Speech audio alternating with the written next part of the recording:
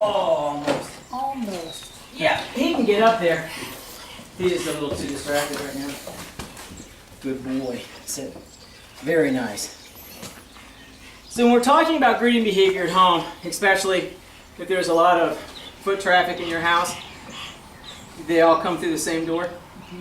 All right, so one of the things, especially in order to control the housebreaking issue and the whole leash behavior issue,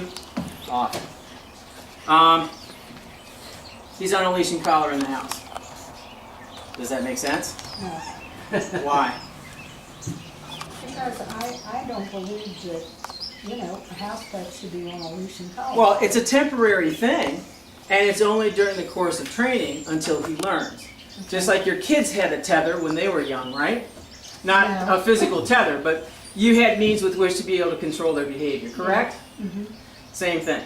You can't rationalize with a dog, but you have to be able to physically control it. You don't hold on to the leash while he's in the house the whole time, do you? Yes, You we do? talked about this before, yes. And the reason why is because if you're experiencing problems with behavior, two things have to occur. You have to be prepared to control the behavior, and you have to be in a position to control the behavior. So if he's running willy-nilly through the house, he's self-reinforcing for that behavior, right? Yeah, well, he doesn't run willy-nilly through the house. We have him confined to That's the really kitchen. Okay, so when he's in those rooms and you're in another room, what's he doing? Well, we're usually trying to watch him. Okay, if he's on a leash and collar, you can watch him. That way he's not grabbing stuff inappropriately, he's not pooping and peeing on your floor, and when he goes to jump on people, you can stop him. And again, it's a temporary thing. It's not, it's not something that he has to live with throughout his entire life. But again, a 12-week-old puppy is not going to be able to engage in hardened, skilled, behavior skills Right. without practice. Right. And since the vast majority of his life is spent learning, what we want to do is teach him the right things as opposed to have to punish him for the wrong things. Right. Does that make sense? Right. Okay. So leash and collar when he goes home. When he's not on a leash and collar, he's in a crate. That way, again, you can control the outcomes of his choices. If he's in a crate, he can't engage in the wrong behavior. Does that make sense? Mm-hmm. When he's on a leash and collar, if he chooses the wrong behavior, you can stop him, you can redirect him, or you can correct him, depending on what it calls for. Mm-hmm. Does that make sense? Mm-hmm. So when we're working on door greeting behavior, if you're in the house, he's in his crate, that's an easy solution. You go and answer the door, then you bring the dog out.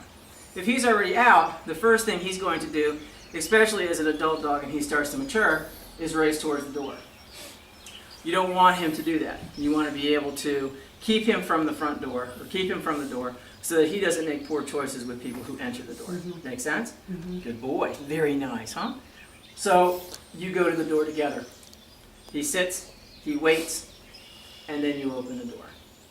When the person comes in, when they greet him, they greet him the way that we showed you. Mm-hmm. So the puppy comes in. Here, bud.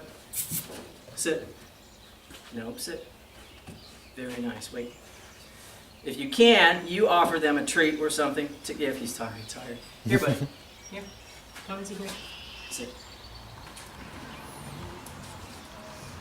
No. Come on. You don't have a choice. Sit. Good. They give the treat, only when he's sitting. So he greets them. Good boy. Out. Leave it. Good. You don't withdraw your hand because that just pulls him right in. When he's calm, then you pet him, then you reward him. Does that make sense? Mm-hmm. So let's try it. Who wants to be first? You want me to do it? Huh? You want me to do it? No. Oh, okay. Go ahead. We can practice with the owners. I mean, Okay. That's why they're here.